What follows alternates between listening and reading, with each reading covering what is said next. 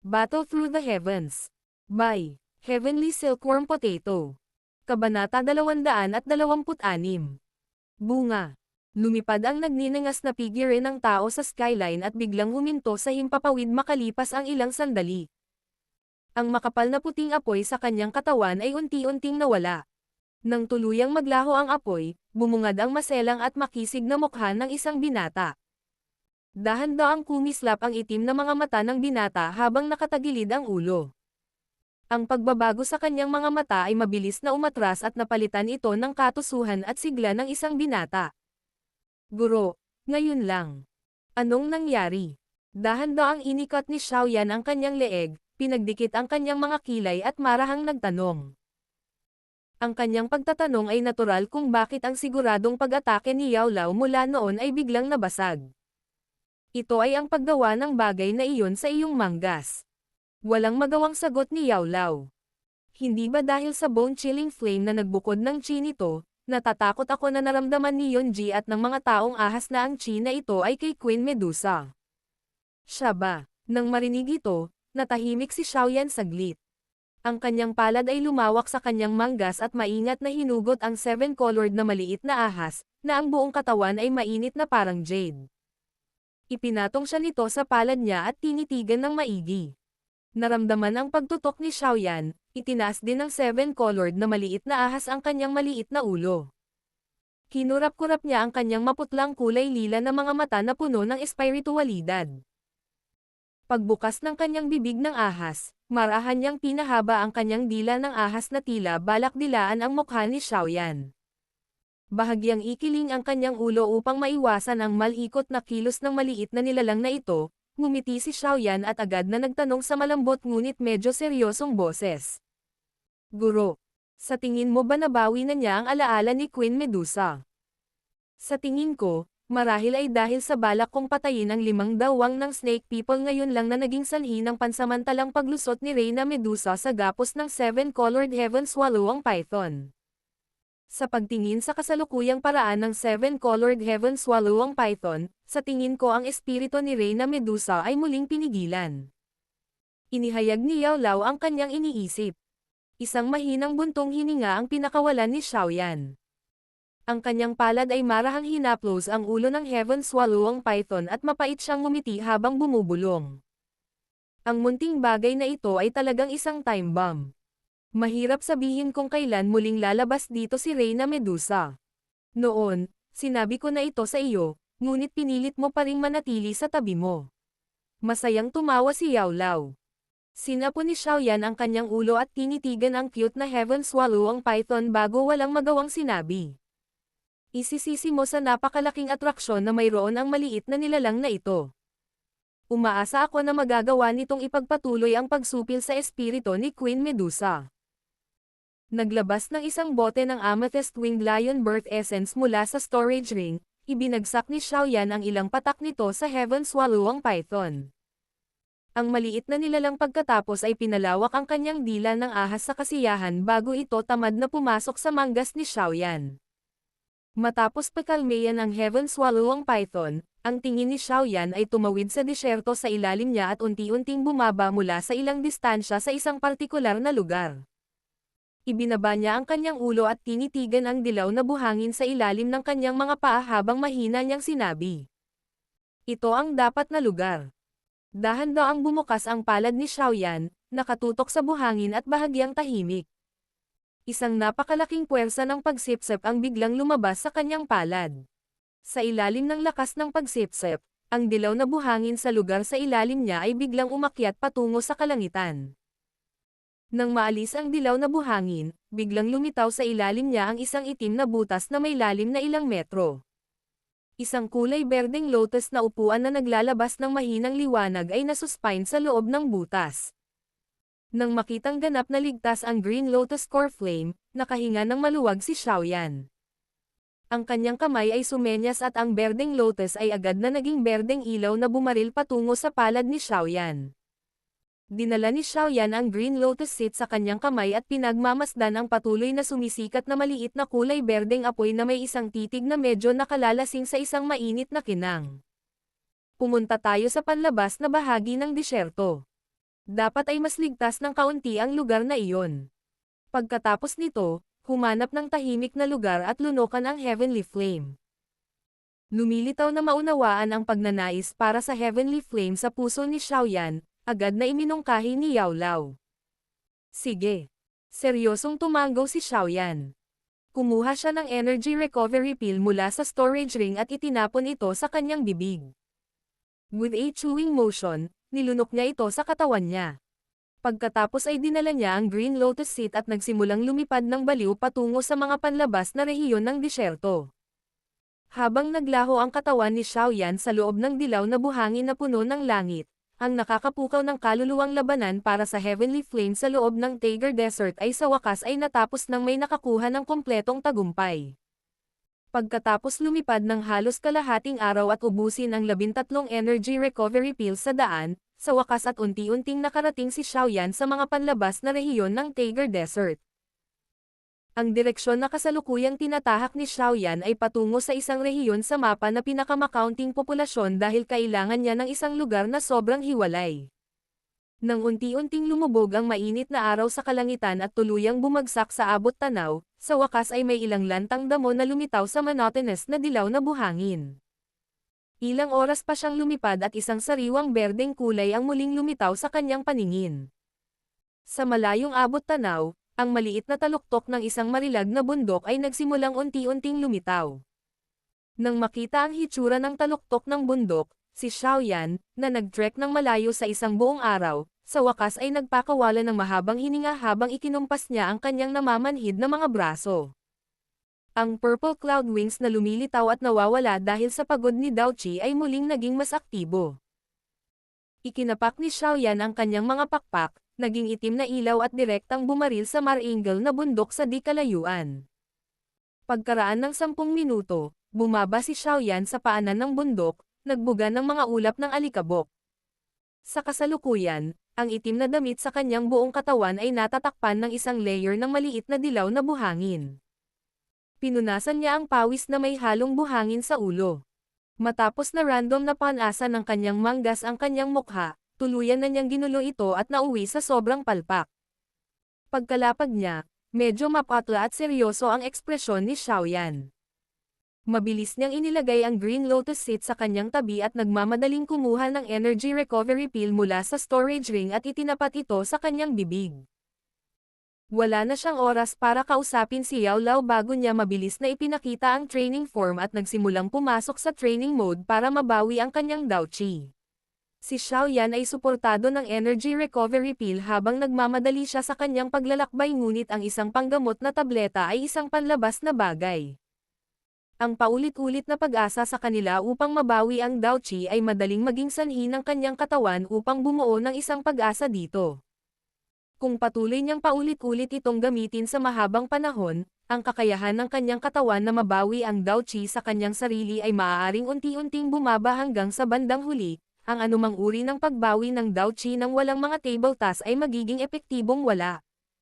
Mahirap isipin ngunit kung ang isang Dao practitioner ay mawawalan ng kakayahang mabawi ang Dao Qi, matatawag pa ba siyang Dao practitioner? Kaya, pagkatapos na magmadali sa paglalakbay sa napakahabang panahon, ang pinakamahalagang bagay para kay Xiaoyan pagkarating ay ang magmadaling isaaktibo ang Qi path sa kanyang katawan at simulan ang pagbawi sa Dao Qi. Nagpatuloy ang oras ng pagsasanay ng humigit kumulang 1 oras bago unti-unting iminulat ni Xiaoyan ang kanyang mga mata. Nagpakawala siya ng malalim na bahagyang dilaw na feculent breath. Matapos pilipitin ang kanyang medyo manhid na mga kalamnan, mapait siyang ngumiti at sinabing. Bagaman ang flame mantra ay kasalukuyang umunlad sa middle Huang level pagkatapos lunukan ang purple flame, isa pa rin itong Huang class Qi method. Hindi ito sapat upang suportahan ang aking pagkonsumo. Kung wala akong ganoong kalaking bilang ng energy pills na matagal nang hindi ako kayang suportahan, Hihihi. Makasigurado ka. Sa pagkakataong ito, kapag matagumpay mong nalunok ang Heavenly Flame, ang Flame Mantra ay tiyak na mag-evolve sa Zuan class. Kapag dumating ang oras na iyon, ang ikaw na may Zuan class Qi method ay dapat na malampasan ang karamihan sa malalakas na tao na may parehong antas ng Qi method. Nakangisi si Yao Lao. Sana. Gagawin ko ang aking makakaya. Pagkiling ng kanyang ulo, pinagmasdan ni Xiaoyan ang magandang green lotus seed sa lupa at mahigpit na ibinuka ang kanyang mga labi. Bahagyang lumabas ang katigasan ng ulo mula sa mga labi na iyon. Si Xiaoyan ay walang kahit katiting na pagdududa sa enerhiyang nasa loob ng Heavenly Flame. Bagamat ang ebolusyon ng Chi method sa mga klase ay nangangailangan ng nakakatakot na dami ng enerhiya na higit sa 10 beses sa pagitan ng mga antas tulad ng Dao Zi at Dao Shi, naniniwala si Xiaoyan na ang Green Lotus Core Flame ay talagang nagtataglay ng nakakatakot na enerhiyang ito. Kung hindi ito nagtataglay ng kwalipikasyon upang maging sanhi ng hindi mabilang na bilang ng malalakas na tao sa kontinente na yumukod dito. Matapos makalanghap ng sariwang hangin sa bundok, inangat ni Xiaoyan ang Green Lotus Seed at inilagay ito sa kanyang harapan. Ang kanyang mga mata ay matamang nakatitig sa kumpol ng berdeng kulay na apoy na panla sa gitna ng lotus na binaha ng espiritualidad. Isang bahagyang kasiyahan at pait ang bumungad sa kanyang mukha. 2 taon na ang nakalilipas, noong natanggap niya ang misteryosong itim na scroll na iyon, naunawaan niya sa kaibuturan ng kanyang puso na ang paghahanap sa Heavenly Flames ay magiging kanyang panghabang buhay na misyon. Sa pamamagitan lamang ng paulit-ulit na paglunok sa Heavenly Flame ay unti-unti siyang makakahakbang patungo sa tuktok. Kung gusto niyang tumayo sa tuktok ng gininto ang pagoda ng kontinente at lampasan ang lahat, kailangan niyang maglagay ng halos nakakabaliw na pagsisikap. Sa loob ng 2 taon, tila lumakad si Xiaoyan sa kalahati ng Jiama Empire upang makuha ang Heavenly Flame. Noon, sa underground magma world, mahirap isipin kung gaano kasabik si Xiaoyan sa kanyang puso nang malaman niyang may naruroon na Heavenly Flame. Gayunpaman, nang makakuha lamang siya ng isang walang laman na berdeng lotus pagkatapos makipaglaban sa halos kamatayan sa two-headed flame spirit serpent na iyon ng ilang beses, siya ay nalulungkot, ngunit hindi pa rin niya piniling sumuko. Kaya, ang matyaga niyang ginawa ang mga sumusunod na aksyon na magiging dahilan upang maramdaman ng sinumang makarinig tungkol sa kanila na si Xiaoyan ay baliw. Sa lakas lamang ng isang Dao Shi, pumasok siya sa tiwangwang disyerto at pumasok sa teritoryo ng lahi ng mga ahas taong na itinuturing ng mga tao bilang isang ipinagbabawal na lugar. Ginawa niya ang lahat ng ito ng mag-isa. Sa kanyang paglalakbay sa disyerto, sumasayaw siya sa side ng Diyos ng kamatayan ngunit naiwasan niya ang talam nito na mag-aalis sa kanyang kaluluwa. Dahil sa kanyang tapang at pagsisikap, ang maswerteng binata ay naging pinakadakilang nanalo sa larong Heavenly Flame kung saan kahit isang dawling ay maaari lamang tumabi at manood. Si Xiaoyan ay nagtrabaho ng husto sa loob ng 3 taon upang makuha ang maliit na berdeng kulay na apoy na panla. Ngayon, sa wakas ay nakuha na niya ang gusto niya habang nakayakap ito sa kanyang dibdib. Ito ang gantimpala ng tagumpay na nauukol sa kanya. Dahan-daang itinaas ang kanyang ulo, tinitigan ni Xiaoyan ang gasuklay na buwan sa kalangitan at unti-unting lumawak ang kanyang bibig. Pagkaraan ng ilang sandali, ang bata at medyo namamaos na malambot na dagandong na nagdadala ng walang pigil na kaligayahan ay umalangaw-ngaw sa buong kalangitan sa itaas ng bundok. Bahagyang nanginag ang maitim na singsing at biglang lumitaw ang katawan ni Yao Lao sa likod ni Xiaoyan. Ibinaba niya ang kanyang ulo para pagmasdan ang naninikip na katawan ng binata na nakapikit hanggang sa bahagyang nanginag. Isang kaluwagan at kahinahunan ang bumungad sa kanyang malabo na matandang mata. Sa loob ng 2 taon, sinamahan niya si Xiaoyan, pinagmamasdan ang kanyang paglaki, pinagmamasdan ang kanyang pagsisikap at pinagmamasdan kung paano siya paulit-ulit na lumampas sa kanyang limitasyon sa mga laban at pagsasanay. Ang kanyang 2 taong pagsisikap ay sa wakas ay nagbunga. Battle Through the Heavens. Kabanata 227. Paglunok ng Heavenly Flame, magsimula. Matapos niyang unti-unting mabawi ang kanyang katawan pabalik sa pinakamataas na kondisyon nito, sa wakas ay nagsimulang kumalma si Xiaoyan. Inangat niya ang ulo niya at tinitigan ang crescent moon sa langit ng matagal. Pagkatapos ay nagpakawala siya ng mahinang tawa, binuhat ang green lotus seed sa kanyang kamay at tumayo. Maghanap muna tayo ng mas ligtas na lugar. Mahinang sabi ni Yao Lao. Ha. Sige. Ngumiti si Xiaoyan at tumango. Pinagmasdan niya ang paligid. Ito ang tanging bundok sa gilid ng disyerto. Sa pamamagitan ng pagharang sa disyerto hanggang sa paanan ng bundok, ang laki ng bundok ay hindi magiging napakaliit. Sa bundok, may paminsan-minsang ingay mula sa umaalulong na mga lobo at etenggal ng mga tigre. Lumilitaw na parang ipinapahayag nila sa lahat na ang teritoryo dito ay mayroon ng may-ari. Dala ng mahigpit ang Green Lotus Seat sa kanyang mga kamay, ang dulo ng mga paa ni Xiaoyan ay humakbang ng husto sa lupa. Isang enerhiyang pagsabog ang tumunog at ang kanyang katawan ay biglang umakyat at mabilis na dumapo sa tuktok ng isang malaking puno sa tabi niya. Ang kanyang katawan ay umindayog sa mga sanga ng puno habang ang kanyang tingin ay dumaan sa paligid ng sariwang berdeng kagubatan ng bundok. Kasunod nito, marahan niyang idiniin ang sanga ng puno at ang kanyang katawan ay mabilis na kumislap sa masukal na kagubatan tulad ng isang agila sa kalangitan sa gabi habang siya ay mabilis na tumungo sa tuktok ng bundok. Si Xiaoyan ay naging isang itim na anino na gumagalaw sa tuktok ng bundok, sinisiyasat ito ng ilang beses. Sa wakas, pumili siya ng isang lugar na lubos niyang ikinatuwa. Isang natural na nabuong kuweba ng bundok. Ang posisyon ng kuweba ay malapit sa gitna ng bangin habang ang pader ng bangin ay napakatarik na halos patayo ito at wala itong mga batik para matapakan ng isang tao. Kaya, malinaw na imposibleng umakyat sa kuweba ng bundok. Gayunpaman, ang kuweba ng bundok na ito na mukhang mahirap akyatin ng iba ay walang alinlangan na mas madali at halos walang hirap para kay Xiaoyan na nagtataglay ng Purple Cloud Wings.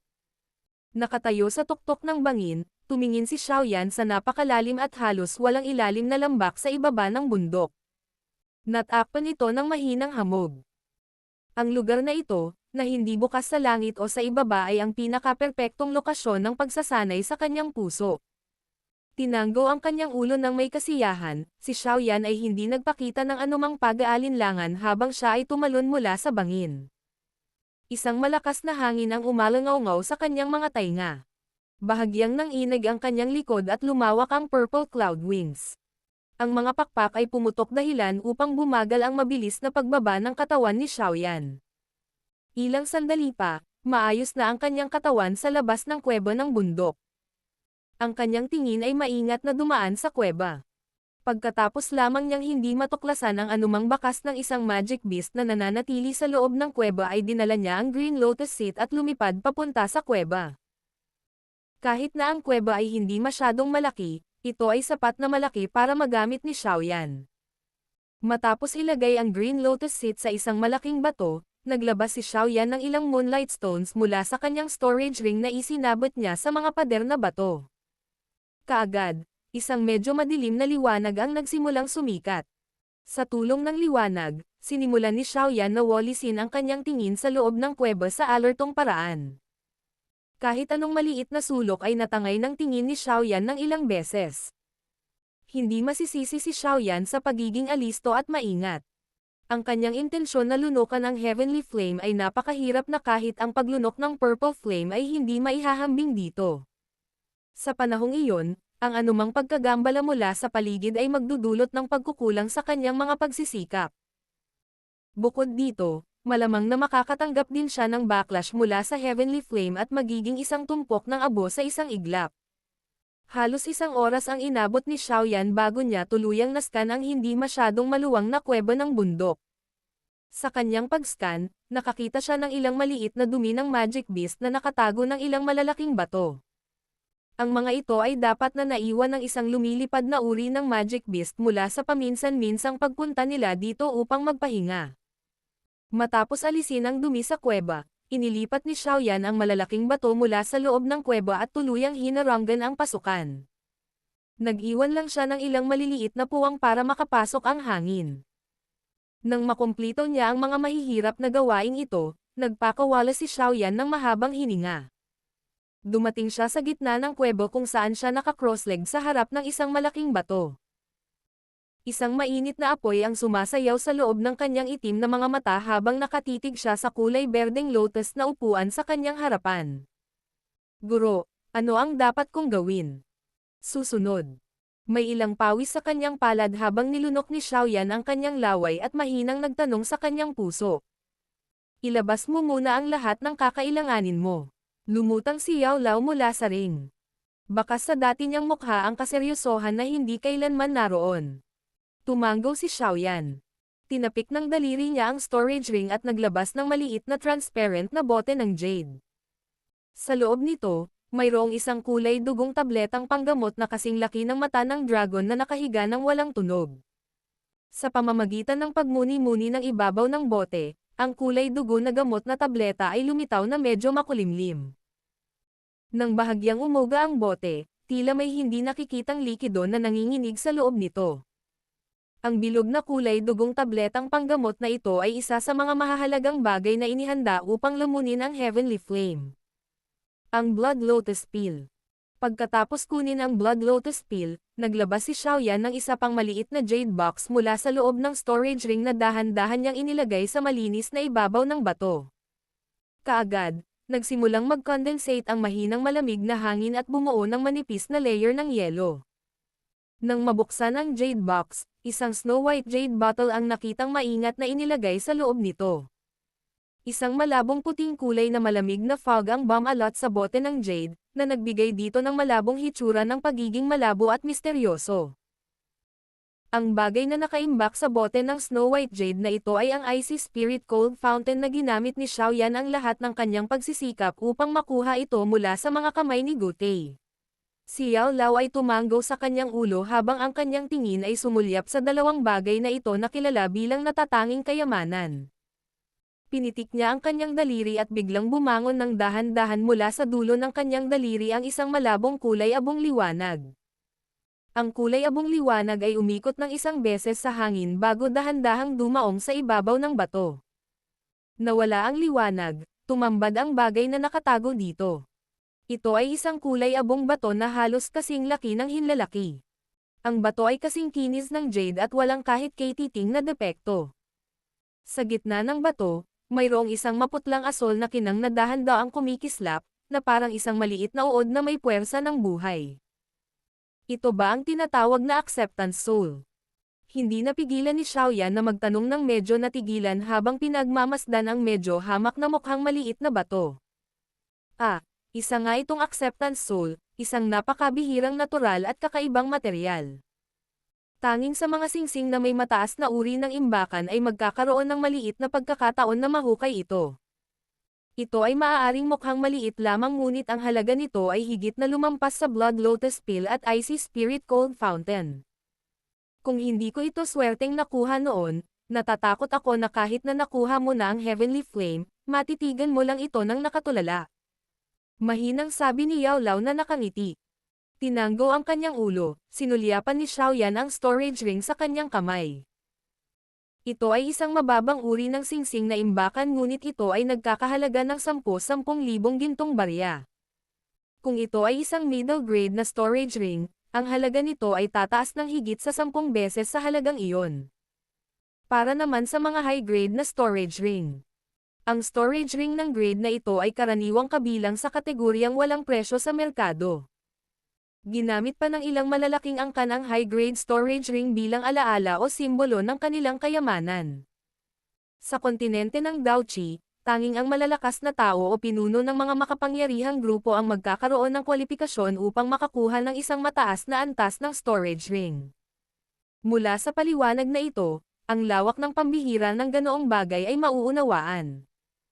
Kung ihahambing sa isang high-grade na storage ring, ang acceptance soul na ito ay walang alinlangan na mas bihira. Halos nakakaawa na. Ang paglalarawan dito bilang balahibo ng phoenix o sungay ng dragon ay maaaring hindi lumalampas. Maingat na sinuri ni Xiaoyan ang lahat ng tatlong bagay bago niya inilipat ang kanyang tingin sa Green Lotus. Matiim na tumitig ang kanyang tingin sa kulay berdeng apoy sa gitna ng lotus at marahang dinilaan ang kanyang bibig.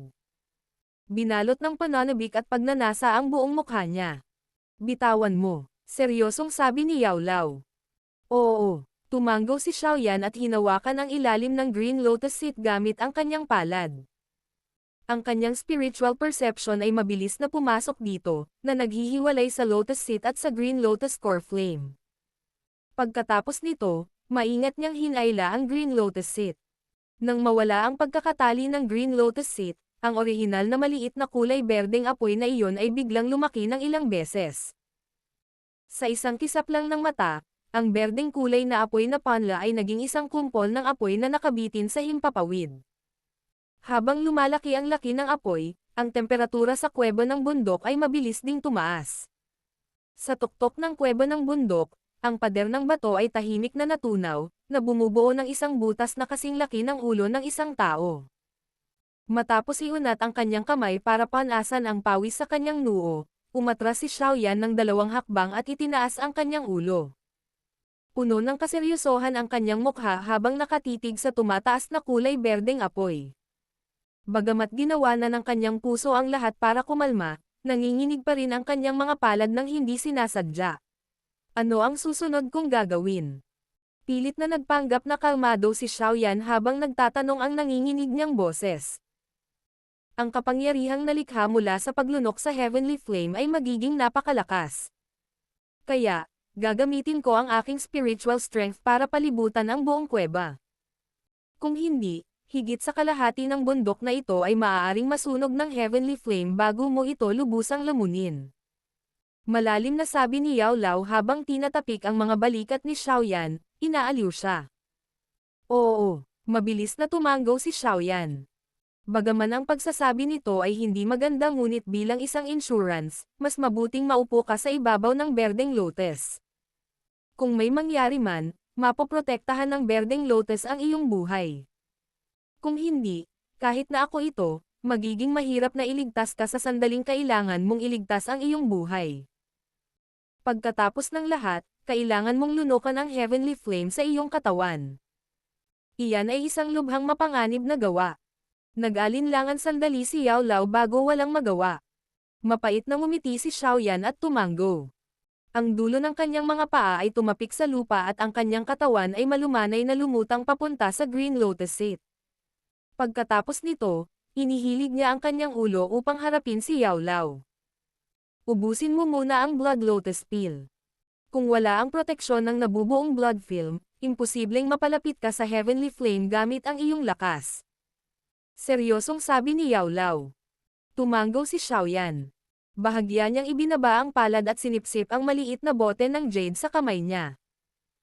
Matapos itagilid ang bote ng jade, isang tabletang panggamot na kasing laki ng mata ng dragon na bahagyang naglalabas ng malusog na kinang, hanggang ulong sa kanyang kamay. Hawak ang Blood Lotus Pill sa kanyang kamay, inilagay ito ni Xiaoyan sa ilalim ng kanyang ilong at sumangot. Isang kakaibang amoy ang bumabalot sa dulo ng kanyang ilong habang ang isang uri ng nagyayelong pakiramdam ay halos magdulot ng kanyang espirito sa panginginig ng ilang beses. Itinoon ni Xiaoyan ang kanyang tingin sa Tier 5 medicinal pill na ito. Naikuyom niya bigla ang kamao, ipinikit ang mga mata at pinasok iyon sa bibig. Sa sandaling ang Blood Lotus Pill ay pumasok sa bibig ni Xiaoyan, napalitan ito ng medyo madilim at malamig na enerhiya na mabilis na pumasok sa lahat ng chi path sa katawan ni Xiaoyan. Sa wakas, ang mga layer ng dugo na parang pelikula, ay dahan-daang tumagos sa kanyang chi paths at maging sa kanyang mga buto. Kasunod ng pagtagos ng blood film, biglang nanginig ng husto ang katawan ni Xiaoyan. Nagsimulang lumabas ang mga hibla ng sariwang dugo mula sa kanyang mga butas. Sa isang kisap lang ng mata, isang layer ng matingkad na pulang sariwang dugo ang bumalot sa kanyang katawan, na nagbigay sa kanya ng nakakatakot na anyo. Hindi nagtagal pagkatapos lumitaw ang sariwang dugong ito, mabilis itong namumuo at sa wakas ay nakabuo ng kulay dugo na cuticle. Tinakpan ng mga cuticle na ito ang mga kamay at binti ni Xiaoyan. Maging ang kanyang mga mata ay ganap na natatakpan sa loob nito. Ang kulay dugo na cuticle ay lumilitaw na bumuo ng isang napakakapal na kulay dugo na baluti na hindi tinatablan ng hangin, mahigpit na pinoprotektahan si Xiaoyan sa loob nito. Dahan-daang inabot ni Xiaoyan ang kanyang kamay na natatakpan ng kulay dugo na cuticle at tinutukan ang Heavenly Flame sa himpapawid. Isang suction force ang biglang lumabas. Kasunod ng paglitaw ng puwersa ng pagsipsip, ang kulay berdeng apoy sa himpapawid ay biglang lumaki. Sa isang kisap mata, isang nakakatakot na mapanirang lakas ay dahan-dahang kumalat mula sa loob ng kulay berdeng apoy na tila ito ay nagising. Itinoon ni Xiaoyan ang kanyang tingin sa kumpol ng kulay berdeng apoy na lumalaki. Alam niyang nagsimula na ang paglunok ng Heavenly Flame. Battle through the heavens. Kabanata 228. Pagtanggal sa binhi ng apoy. Sa loob ng matingkad na kuweba, ang kulay berdeng apoy ay namilipit ng husto. Ang mga bakas ng kitang-kitang pagbaluktot ay malinaw na lumitaw sa hangin na nakapalibot sa apoy kasunod ng pamimilipit ng kumpol ng apoy na panla. Hindi inaasahan na ang temperatura ng Green Lotus Core Flame ay magiging sobrang nakakatakot. Habang unti-unting nagiging wild ang Green Lotus Core Flame, si Yao Lao, na unang nakadama nito, ay mabilis na inilatag ang kanyang makapangyarihang spiritual strength at ganap na tinakpan ang buong kuweba. Kasabay nito, inihiwalay niya ang napakataas na temperatura na lumitaw sa kuweba. Sa himpapawid, ang kulay berdeng apoy, na pinalaki ng hangin, ay lumawak ng halos 100 beses sa isang kisap mata. Kasunod ng pagbabago ng laki nito, ang orihinal na mainit at nakapapawing pagod na apoy ay naging ligaw at marahas. Sumipol ang apoy habang namimilipit, naglalabas ng tunog na chichi. Ang nakapaligid na hangin ay sinunog din ng mainit na berdeng apoy sa kawalan. Itinoon ni Xiaoyan ang kanyang tingin sa napakalaking berdeng apoy sa himpapawid bago inikat ang kanyang ulo upang tingnan si Yao Lao. Hinintay niyang tumango ang huli. Pagkatapos ay huminga siya ng malalim ng mainit na hangin. Ang kanyang kamay, na natatakpan ng isang kulay dugo na cuticle, ay nanginginig na itinutok sa berdeng apoy at nagpakawala ng isang marahas na puwersa ng pagsipsip. Kapag sinisipsip ang Heavenly Flame, ang lakas ng pagsipsip, na kadalasang madaling sumipsip ng malaking bato sa ibabaw ay dahan-dahan lamang na naigagalaw ang Heavenly Flame sa hangin. Bukod dito, sa tuwing ang walang hugis na puwersa ng pagsipsip ay nakipag-ugnayan sa Green Lotus Core Flame, maaari lamang itong magtagal ng 2 hanggang 3 segundo bago ito masunog sa kawalan ng nakakatakot na init. Sa makatuwid, kahit na ang Xiaoyan at ang Green Lotus Core Flame ay maaaring ilang metro lang ang pagitan, ang dami ng Daoqi na naubos ay napakalaki. Ang mga mata ni Xiaoyan ay matamang nakatitig sa kulay berdeng apoy na unti-unting gumagalaw. Medyo mabilis ang kanyang paghinga at nababalot ng pawis ang kanyang noo. Sinundan ng pawis ang mga tabas ng kanyang mukha habang umaagos ito pababa. Sa ilalim ng refleksyon mula sa kulay dugo na cuticle, ito ay tila mga patak ng maliwanag na pula, sariwang dugo. Habang ang Green Lotus Core Flame ay unti-unting lumalapit, ang nakakatakot na init na enerhiya na ibinubuga nito ay naging dahilan upang maging ang mukha ni Yao Lao sa gilid ay nagpakita ng pagkagulat. Maliwanag, ang enerhiyang nasa loob ng Heavenly Flame na ito, na nireranggo sa ika-19 sa Heavenly Flame Rangkang, ay tila lumampas sa kanyang inaasahan. Nang huminto ang napakalaking berdeng apoy sa paligid ng 1 metro sa harap ni Xiaoyan, ang nakakatakot na init na ibinubuga nito ay naging sanhi pa rin ng unti-unting pag-crack ng ilan sa matigas na berdeng bato kahit na ginamit ni Yao Lao ang kanyang espiritual na lakas para ihiwalay ang loob ng yungib. Pagkaraan ng ilang sandali, ang ilan sa mga malalaking bato ay nagbagong anyo sa maraming maliliit na bato na sinunog sa mga tambak ng berdeng kulay na pinong pulbos. Puno ng kaseryosohan ang mukha ni Yao Lao habang pinagmamasdan niya ang malaking berdeng apoy na tumigil sa harap ni Xiaoyan. Ang medyo malabong ibabaw ng katawan ni Yao Lao ay biglang nagsimulang mag-iba-iba tulad ng isang alon ng tubig. Nang makita ang pagbabago ng kanyang katawan, bahagyang nagbago ang ekspresyon ni Yao Lao. Ang kanyang pares ng mga kamay ay bumubuo ng mga selyo sa isang kidlat na parang bagay at nagpakawala ng mahinang sigaw. Agad na bumangon ang makapal na kulay puti na apoy mula sa kanyang katawan at unti-unting tumigil nang masakop nito ang lahat. Pagkatapos ipatawag ang bone-chilling flame, muling naging kalmado si Yao Lao. Napaatras siya ng ilang maliliit na hakbang, matamang tinitigan ang nanginginig na kulay berdeng apoy na may seryoso at matandang mukha, at mabilis na sinabi. Iunat mo ang iyong mga kamay sa kulay berdeng apoy. Ang gitna ng kumpol ng apoy ay dapat bumuo ng butil ng apoy. Ilabas mo ito. Bilisan mo. Nang marinig ang mga salita ni Yao Lao, bahagyang nanginig ang katawan ni Xiaoyan. Sa ilalim ng kulay dugo na cuticle, isang pares ng mga mata ang nakadilat. Medyo hindi makapaniwalang hinayla ni Xiaoyan ang gilid ng kanyang bibig. Iabot ang kanyang kamay sa apoy. Hindi ba iyon naghahanap ng kamatayan? Mabilis na nag-flash sa kanyang puso ang natarantang pag-iisip. Ilang saglit pa ay napatahimik niya ang kanyang isipan mula sa pagkatulala nito. Dahil sinabi ito sa kanya ni Yao Lao, dapat niyang gawin ang sinabi. Wala siyang kahit katiting na karanasan pagdating sa paglunok ng Heavenly Flame. Sa makatuwid, maaari lamang niyang sundin ang bawat utos ni Yao Lao. Bagamat kapag nilalamon ang Heavenly Flame, ang anumang maliit na pagkakamali ay magreresulta sa backlash mula sa Heavenly Flame na maging isang tumpok ng abo, nagawang bigyan ni Xiaoyan si Yao Lao ng walang kwentang halaga ng tiwala. Tinanguan ni Xiaoyan ang kanyang baba nang walang nakapansin bago biglang itinaas ang kanyang ulo. Mariin niyang tinitigan ang kulay berdeng apoy na papalapit na. Ang kanyang bahagyang nanginginig na kamay ay bumuka at sumara ng bahagya, naghahanda na sumakay sa Heavenly Flame anumang oras. Nang dumating ang Green Lotus Core Flame sa isang lugar na humigit kumulang 2 hanggang 3 talampakan mula sa Xiaoyan, ang nakapalibot na Hard Mountain Rock Ground ay nasunog na sa isang malaking butas. Ang resultang ito ay isang bagay na naganap kahit na may pagsisikap na protektahan si Yao Lao sa lugar.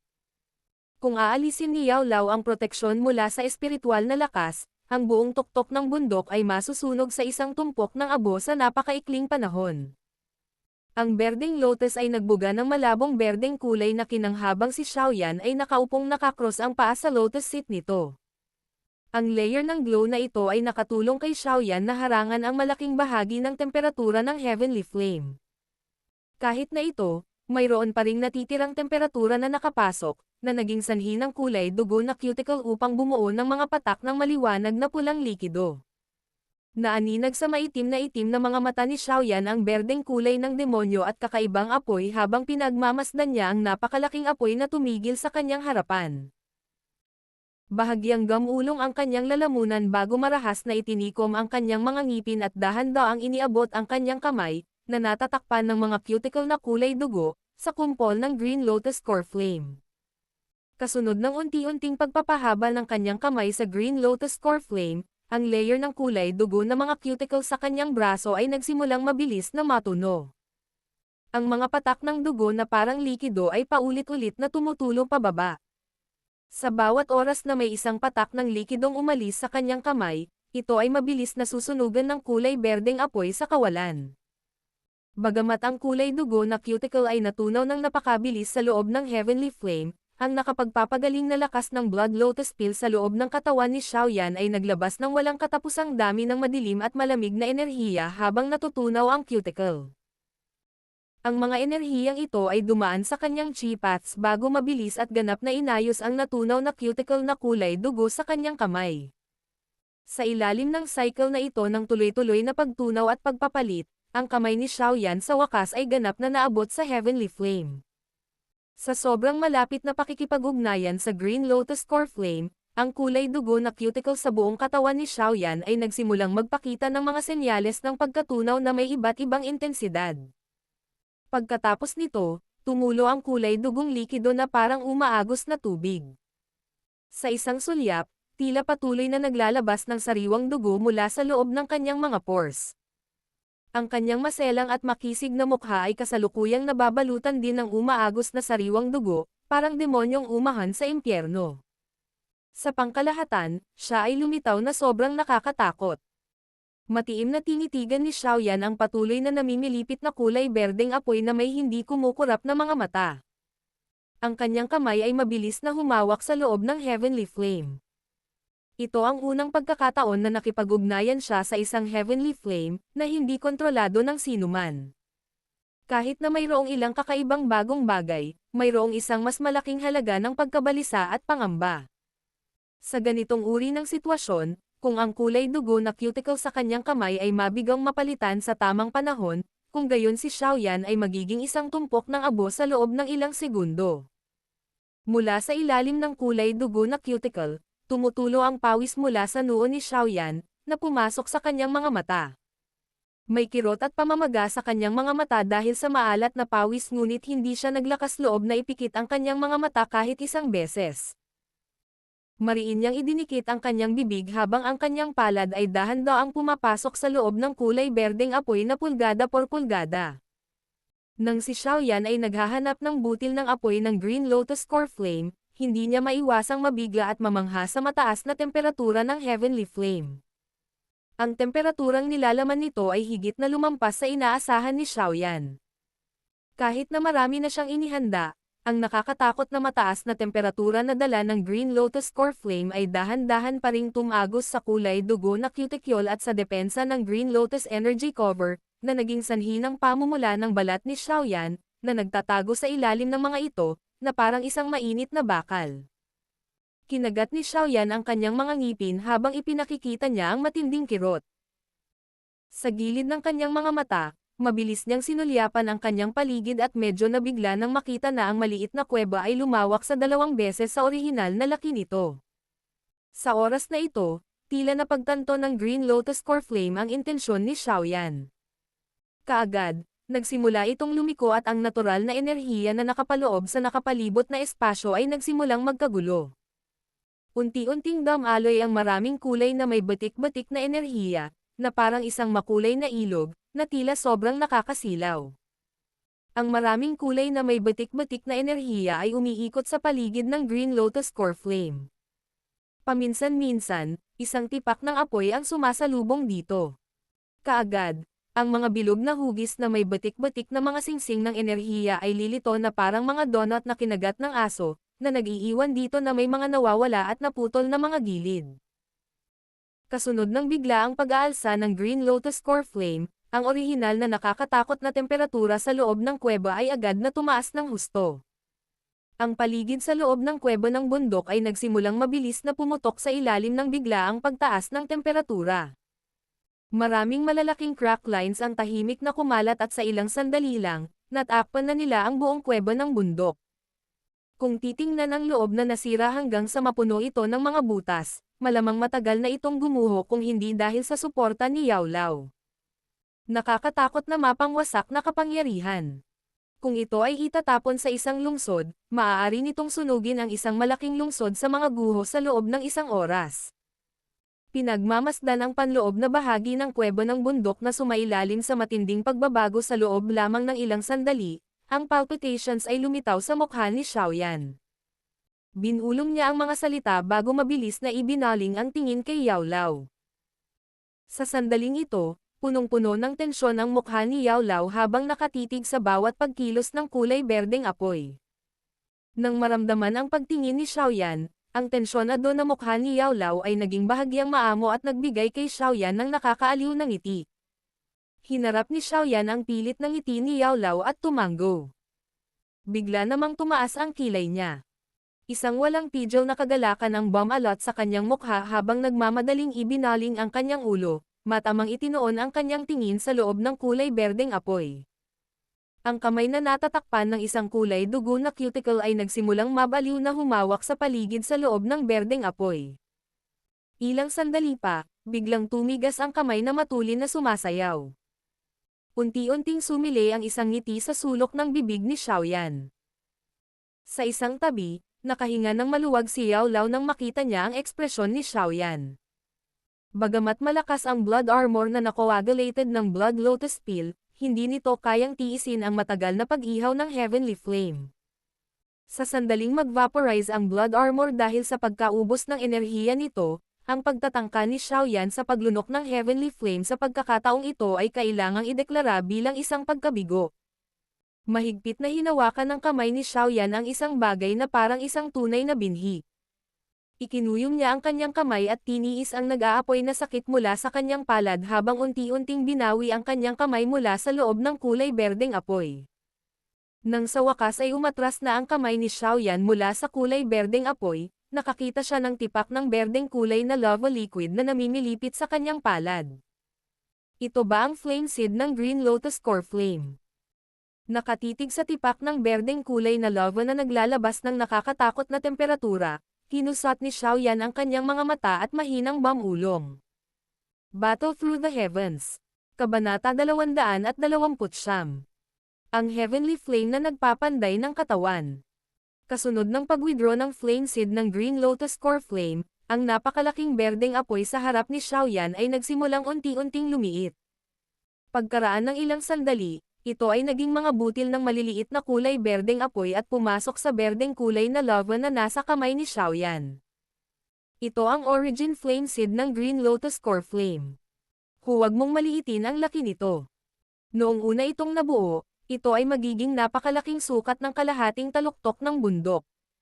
Gayunpaman, pagkatapos ng libu-libong taon na hinahasa ng lupa, ang laki nito ay lalong lumiliit. Pagkatapos lamang na ang laki nito ay makompress sa laki ng apoy na iyon lamang ang tunay na masasabing ito ay maaaring mabuo sa laki ng palad ng isang tao. Isang heavenly flame. Ang laki ng thumb strip ng lava na ito ay sumisipsip ng nakakatakot na enerhiya sa loob ng libu-libong taon na pinipiga ito. May isip mo na lang. Kung ang ganoong bagay ay ganap na sumabog, gaano katindi ng pagkasira ang ilalabas. Tahimik na paglalagay nito, sa ganoong pagkakataon, kahit na ang isang Daozong ay magkakaroon lamang ng isang ganap na dulo kapag nahaharap sa Shi sa kusang nagninangas na enerhiya ng Yao na nagninangas na may kulay na Yao. Parang uod iyon habang mahina niyang sinabi. Ang mamatay. Ho. Huminga ng mahabang hininga si Xiaoyan at tahimik na tumango. Maingat niyang hinawakan ang strip ng berdeng kulay na lava sa kanyang palad.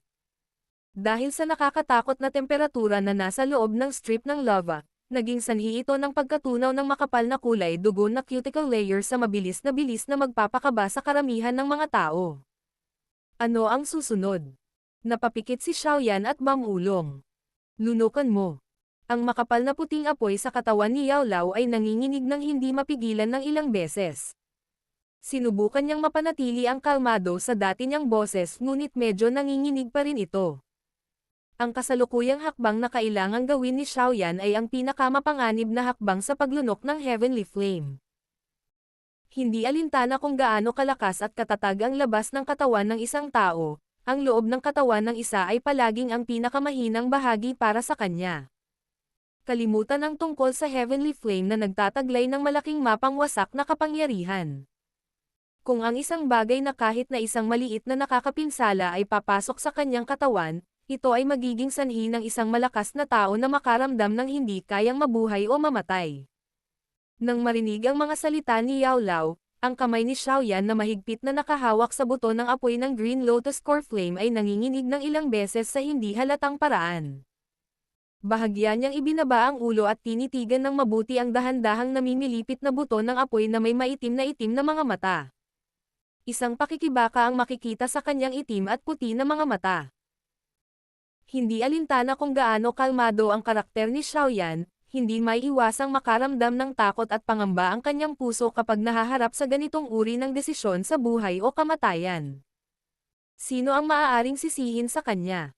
Pagkatapos ng lahat, ang malapit na niyang lalamunan ay isang bambang hindi mapakali.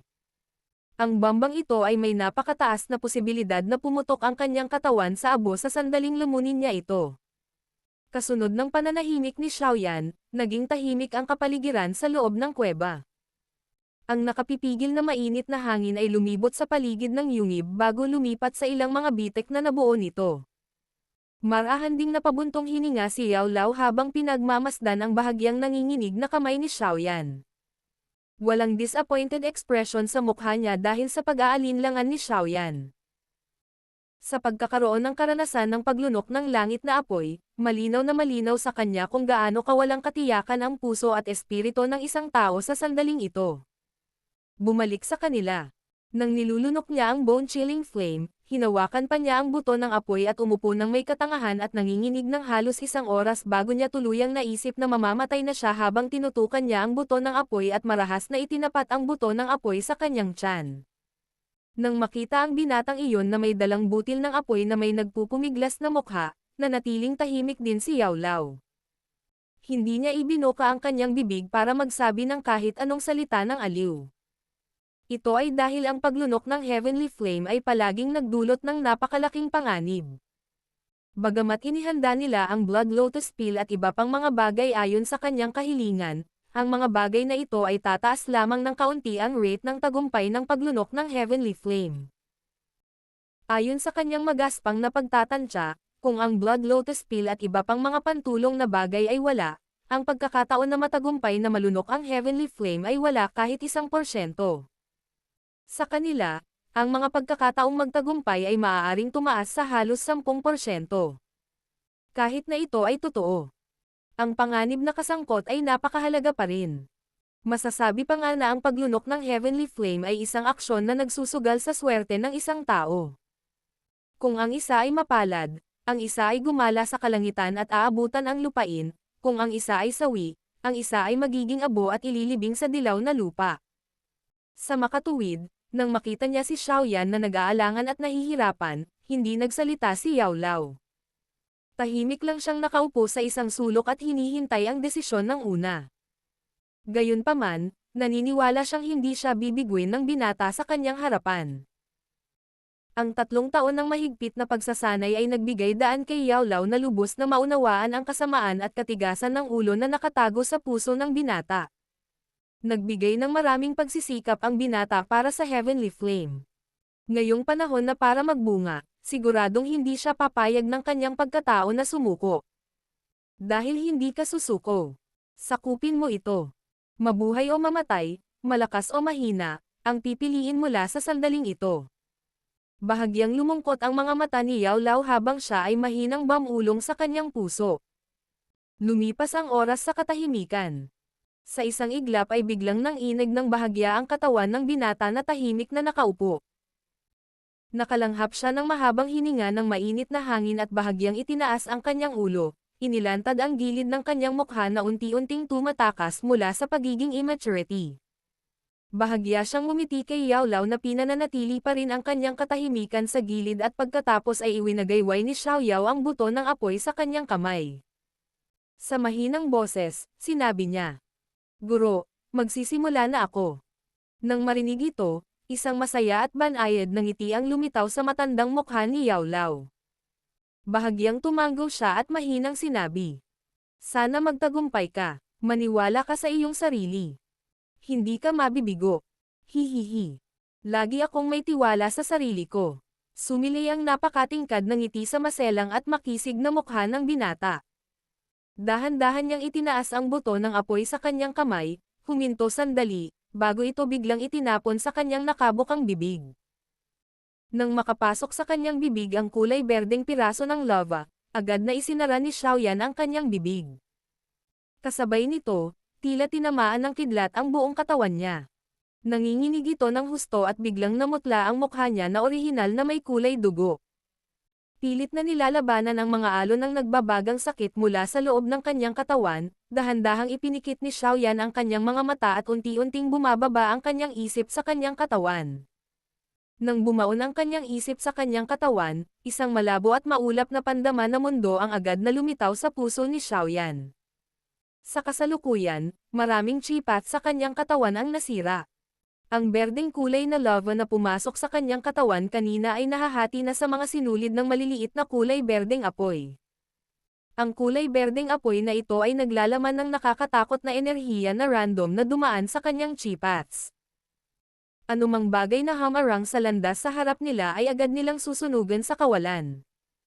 Habang dumaan ang mga kulay berdeng apoy na ito, ang nakakatakot na mataas na temperatura ay nakapasok pa rin sa chipats ni Xiaoyan. Sa kabila ng mga ito ay pinoprotektahan ng blood film na nakoagulate mula sa blood lotus pill.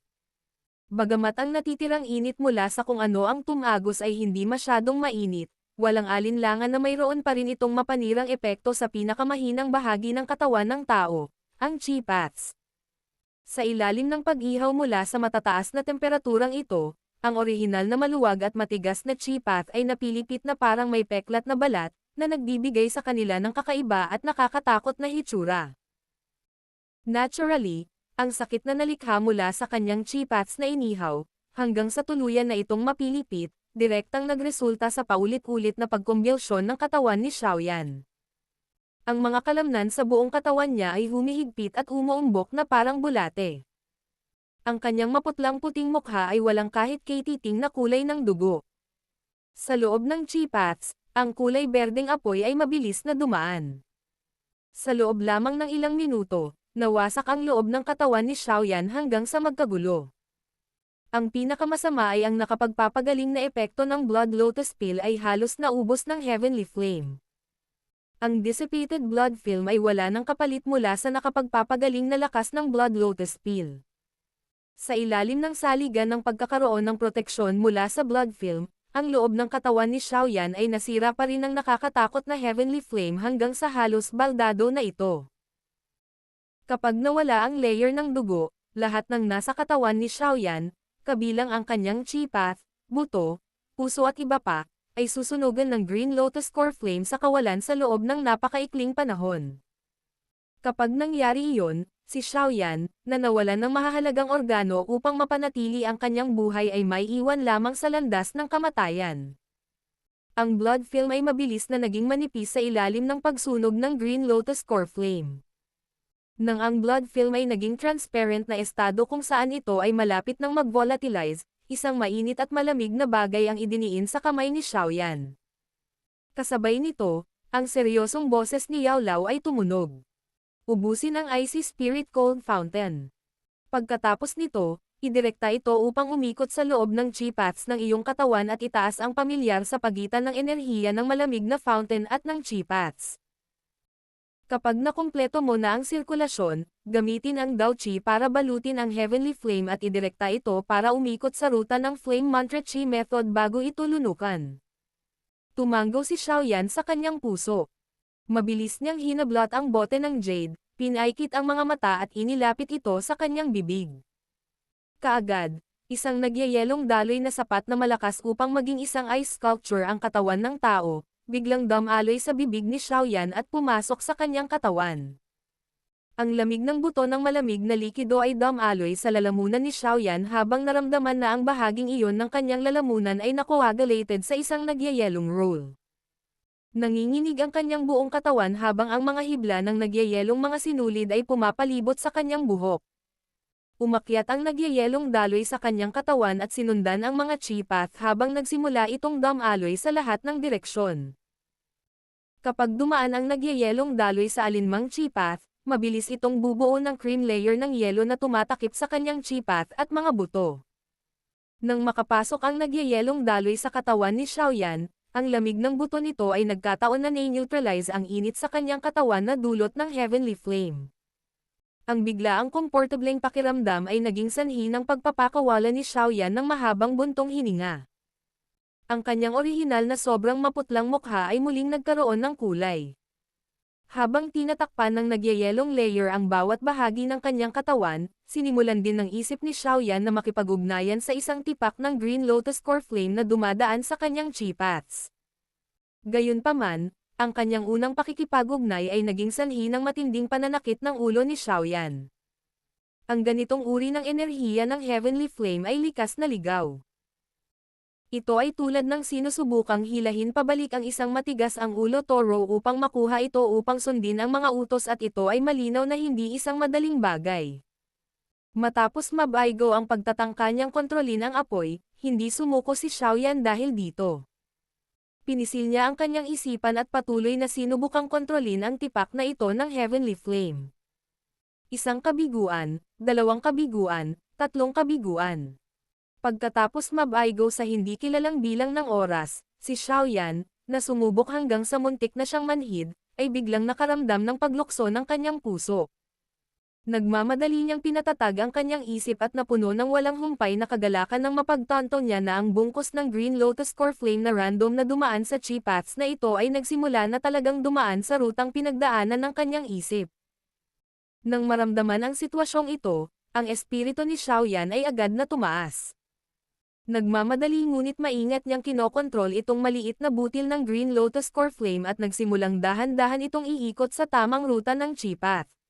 Sa kanyang chi paths, na puno ng mga butas, dahan-daang dumaloy ang isang tipak ng berdeng apoy. Sa daan, kapag natunaw nito ang kalapit na layer ng yelo, isang malabong puting kulay na fog ang muling tatakip sa mga chi path. Pagkaraan ng ilang sandali, ang puting singaw ay magiging ilang nagyayelong kristal na idinikit sa paligid ng chi path, na lumilikha ng isang hadlang upang protektahan ang chi path mula sa pagguho ng Heavenly Flame. Battle Through the Heavens. Kabanata 230. Tagumpay. Kinaladkad ng isip ni Xiaoyan ang tipak ng kulay berdeng apoy at dahan-dahan itong pinaikot. Sa mga lugar kung saan dumaan ang apoy, patuloy na natutunaw ang layer ng yelo na nagmula sa Icy Spirit Cold Fountain. Habang maingat niyang kinakaladkad itong maliit na butil ng berdeng kulay na apoy at ipinapaikot ito sa ilan sa kanyang mga chi path, unti-unti ding naakit ang ibang kulay berdeng apoy sa kasama nilang ito. Sa tulong ng puwersa ng pang-akit sa pagitan ng berdeng kulay na apoy, nagsimulang dahan-daang nagsama-sama ang nahati na mga bungkos ng berdeng apoy sa kanyang katawan habang patuloy na kinokontrol ni Xiaoyan ang isang tipak ng Green Lotus Core Flame habang pinapaikot niya ito sa kanyang chi paths. Nang ang huling tipak ng kulay berdeng apoy ay natipon sa pamamagitan ng pagsusumikap ni Xiaoyan, ang kulay berdeng apoy ay unti-unting nagsanib. Pagkaraan ng ilang sandali, namuo ito sa isang maliit na kulay berdeng lava. Tinitigan ng berdeng kulay na lava na muling lumitaw, pilit na nilabanan ni Xiaoyan ang kumikibot na sakit na ibinubuga mula sa loob ng kanyang katawan. Kinagat niya ang kanyang mga ngipin at kinaladkad ito para magpatuloy sa pag-ikot sa kanyang chi paths. Ang Green Lotus Core Flame pagkatapos na pagsamahin ay walang alinlangan na naging mas marahas at nakakatakot. Nang dumaloy ang berdeng kulay na lava, ang makapal na layer ng yelo ay nabago hanggang sa puntong wala man lang kapal ng hinlalaki. Bukod dito, ang malamig na fog na ibinubuga nito ay sinunog din ng kulay berdeng apoy hanggang sa ito ay naging kawalan.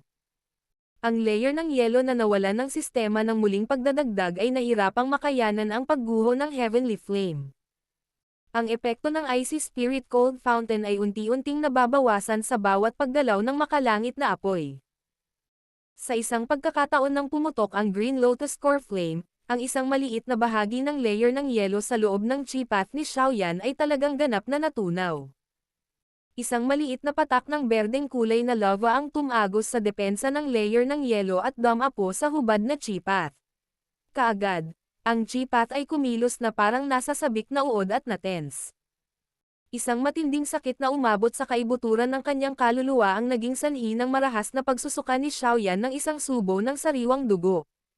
Nagdikit ang mga ngipin ni Xiaoyan sa isa't isa. Ang biglaang pagpapakita ng matinding sakit na iyon ay naging sanhi ng pagkahilo ng ulo ni Xiaoyan sa ilang sandali bago siya unti-unting kumalma. Wala man lang siyang oras upang panasan ang mga mantsa ng dugo habang nagmamadaling tumutok sa makalangit na apoy. Muli, kinokontrol niya ang berdeng kulay na lava at dahan-dahan itong ipinalibot sa chi paths. Sa panahon ng sirkulasyon, ang isip ni Xiaoyan ay lalong naging bihasa sa pagkontrol sa mga galaw ng Green Lotus Core Flame. Gayunpaman, dahil dito, ang temperatura na ibinubuga ng kulay berdeng apoy ay lalong nakakatakot. Sa ngayon, ang Icy Spirit Cold Fountain sa katawan ni Xiaoyan ay paulit-ulit na tinatalo ng Heavenly Flame attack. Ito ay malamang na magtatagal lamang ng kaunti bago ito tuluyang matuno sa pagod na enerhiya. Matindi ang pag-igting ng kanyang mga ngipin, ginamit ni Xiaoyan ang lahat ng kanyang lakas para hilahin ang maliit na berdeng lava na iyon. Ang mataas na temperatura na inilabas mula sa loob nito, na tumatagos sa mga chi path at buto ni Xiaoyan, na direktang nagdulot ng paglitaw ng maliliit na puting bula sa ibabaw ng katawan ni Xiaoyan. Nang masira ang mga puting bula, inihayag nito ang matangkad na pulang laman sa ilalim nito. Maraming maliliit na crack lines ang kumalat mula sa loob ng dugo at laman, sa wakas ay sumasakop sa buong kamay at katawan ni Xiaoyan. Ginawa nilang parang nasirang porselana na manika si Xiaoyan, na tila nakakatakot. Pagtingin sa basag na balat ni Xiaoyan sa buong katawan niya, ang sulok ng mga mata ni Yao Lao ay kumaibot ng hindi sinasadya. Ang hindi pangkaraniwang bagay na ito ng pag-crack ng balat ay nangangahulugan na ang mainit na hangin ay kumalat sa buong loob ng katawan ni Xiaoyan. Nang walang anumang daan palabas, ang lahat ng mainit na hangin ay makakalusot lamang sa balat ni Xiaoyan at lumikha ng mga bitek upang makatakas.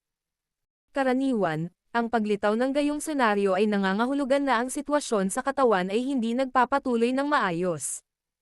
Ito ay dahil kung magkakaroon ng energy surge, kung gayon ang ibabaw ng balat ni Xiaoyan ay may mataas na posibilidad na direktang masira.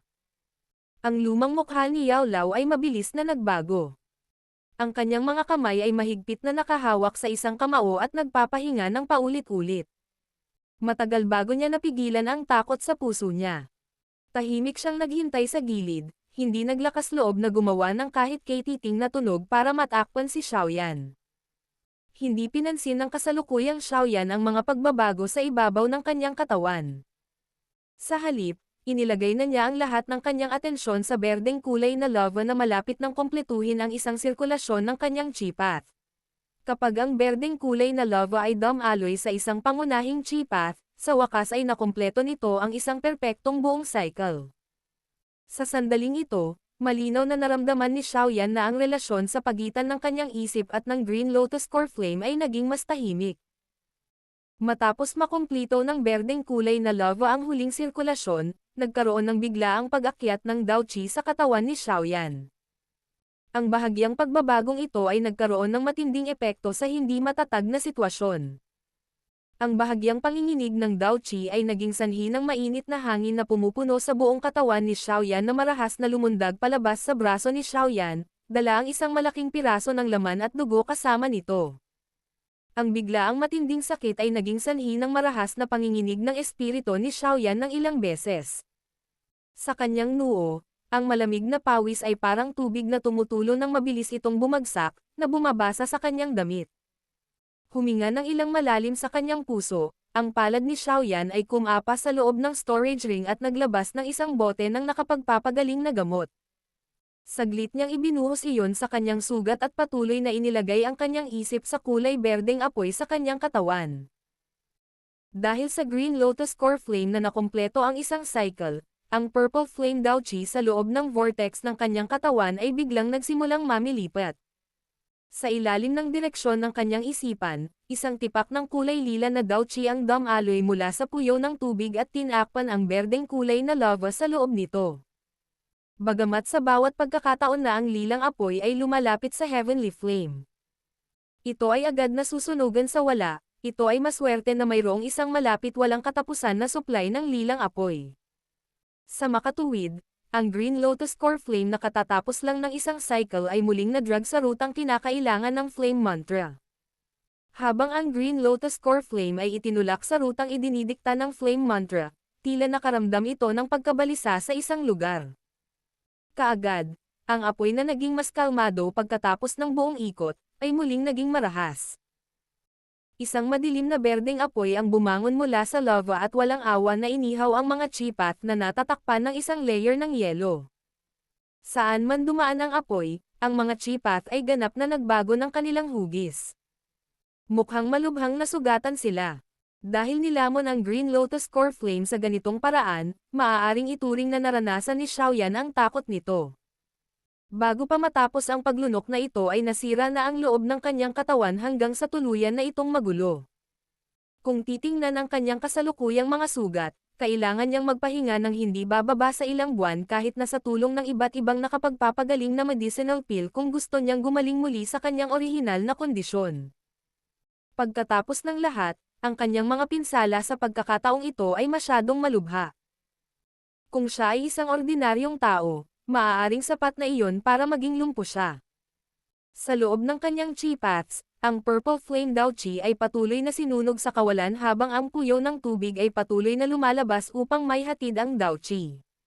Maghahatid ito ng parehong halaga ng Dao Qi na nasunog. Bagamat sa pamamagitan ng pagtulak nito tulad nito, ang Dao Qi na nakaimbak sa loob ng vortex ay lumiliit sa nakikitang bilis. Sa parehong oras ang Green Lotus Core Flame ay nagsimula ring matagumpay na umikot sa rutang itinuro ng Flame Mantra Chi Method. Sa loob ng kanyang chi paths, ang layer ng yelo na nabuo ng Icy Spirit Cold Fountain ay unti-unting naging manipis mula sa orihinal nitong makapal na estado pagkatapos maubos ng Heavenly Flame sa loob ng mahabang panahon. Pagkatapos ay nagbago ito mula sa kanyang manipis na estado sa isang halos hindi umiral. Sa ngayon, ang nagyayelong malamig na layer ng yelo ay tuluyan nang nawalan ng kakayahang protektahan. Sa paglaho ng layer ng yelo, ang nakakatakot na mga pangyayari sa loob ng katawan ni Xiaoyan ay naging mas malala pa. Ang mataas na temperatura ay nag-ihaw sa kanyang chi paths hanggang sa sila ay magkagulo. Sa ilang maliliit na lugar, ang mga chi path ay nagsimulang unti-unting bumuo ng mga clots na humaharang sa daloy ng Dao Qi.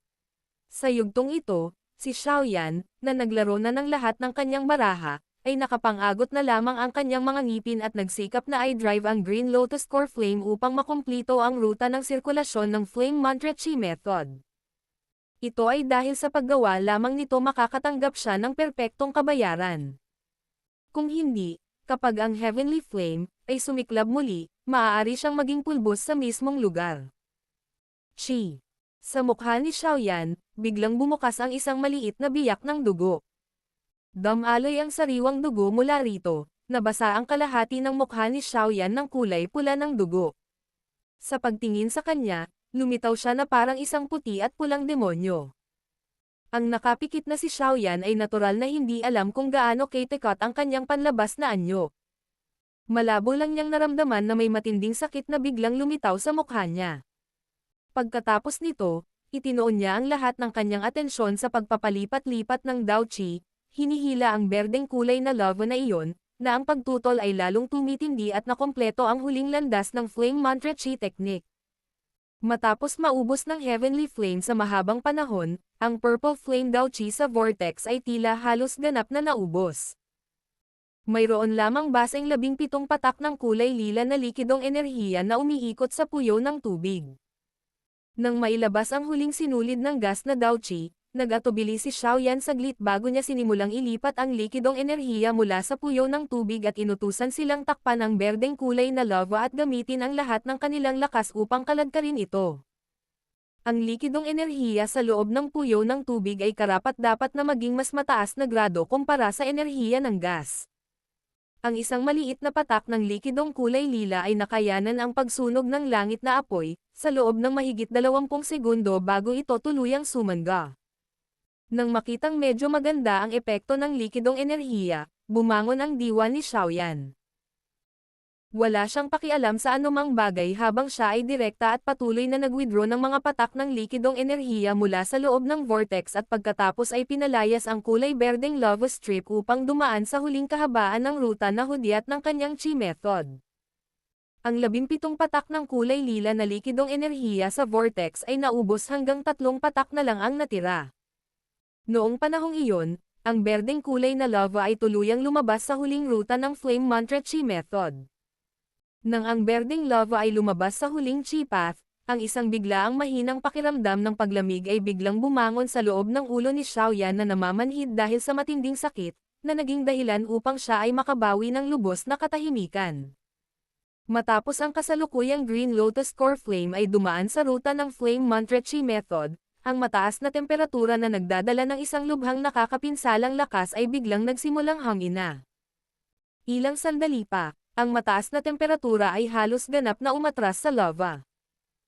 Nawala ang karahasan at unti-unting kumalat ang isang hibla ng nakapapawing pagod na init. Nagtagumpay ba ako? Sa loob ng kuweba ng bundok, tinitigan ni Yao Lao si Xiaoyan na ang buong katawan ay walang kahit isang piraso ng balat na nasa mabuting kalagayan at napabuntong hininga. Isang masayang ngiti ang lumitaw sa kanyang mukha habang bahagyang tumango. Dahan-daang pamitik ang kanyang daliri at ang maliit na acceptance spirit sa ibabaw ng bato ay naging kulay abong-kinang na direktang bumaril sa katawan ni Xiaoyan. Sa pagpasok ng acceptance soul sa katawan ni Xiaoyan, isang piercing green-colored flame cover ang agad na bumaril mula sa loob ng katawan ni Xiaoyan. Pagkatapos nito, mabilis itong pumulupot sa kanya. Ang namimilipit na mainit na berdeng apoy dito ay naghiwalay sa paningin ng lahat mula kay Xiaoyan. Pagtingin sa kulay berdeng takip ng apoy na biglang lumitaw, bahagyang ngumiti si Yao Lao at mahinang mamulong. Nakakatakot na batang lalaki. Talagang nakayanan niya ang sakit na dulot ng Heavenly Flame na namumuo sa kanyang katawan. Kapansin-pansin. Sa loob ng maluwang na loob ng kuweba ng bundok, ang kulay berdeng takip ng apoy ay bumabalot kay Xiaoyan sa loob nito na parang itlog ng manok. Ang nanginginig na kulay berdeng apoy ay tila nagpahayag na si Xiaoyan ay sumasailalim sa isang metamorphosis.